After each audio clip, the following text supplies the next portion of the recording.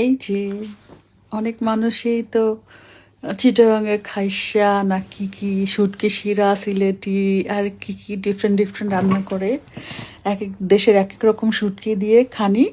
তো আমি আমার মতো করে এটা রান্না করলাম আজকে। এখানে আমি পেঁয়াজটা ভেজে নিয়ে পরিমাণ মতো মশলা দিয়ে দিয়েছি। পরিমাণ যদি কেউ বেশি গাঢ় খেতে চায় তাহলে বেশি দিবে, আর আমি কম খেতে চাইলে কম দিয়েছি। তো পরিমাণটা নাই বললাম, 1 চামচের মতো করে সব মশলা দিয়ে নিয়েছি। হলুদ মরিচ 1 চামচ থেকে অনেক কম। তো এখানে আমি দিয়ে দিলাম চিংড়ি শুটকি আর কাসকি মাছ শুটকি। না সরি সরি, কাসকি মাছ না, এটা কাসকি মাছের মতো তো প্যারা হয়ে গেল এখন।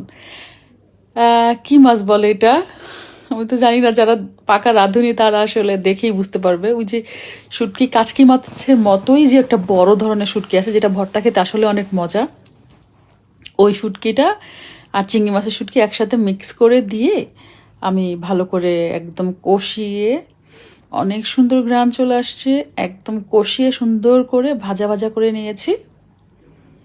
তো এইটা আমি কিভাবে রান্না করছি, এই সিমের বিচি দিয়ে। আসলে এখানে তো টাটকা সিমের বিচিটা পাওয়া যাবে না, তাই আমি ফ্রোজেনটাই নিয়েছি। তাই সিমের বিচিটা দিয়ে ভালো করে এটাকে ভুনা করে নিব, একটু যাতে কাঁচা গন্ধটা চলে যায়, এরকম টাইপের করে। তো ঢেকে দিলাম আমি, এখন একটু আস্তে আস্তে এটা হতে থাকবে। হয়ে আসলে একটু নাড়াচাড়া করে আমি এটাকে খুলে দেওয়ার চেষ্টা করব। আমি কিন্তু যত ফ্রোজেন জিনিস আছে এটা ওয়াশ করি না। আমার কাছে মনে হয় যে ফ্রোজেনটা যদি ওয়াশ করা হয় তাহলে ওটা সিদ্ধ হয় না, আসলেই তাই। আমরা যখন বাসায় ফ্রোজেন কোনো জিনিস বের করি তাহলে আর ওইটাকে ওয়াশ করি না, ওয়াশ করি একবার প্যাকেট করি, আর নয়তো সেটা সিদ্ধ হয় না। তো আমি গরম পানি দিয়ে দিয়েছিলাম, এখন একটু ফিশ সস দিচ্ছি। ফিশ সসটা আমি লবণটা একটু কম হলে দেই, আবার খেতেও ডিফারেন্ট হয়, মজা হয়।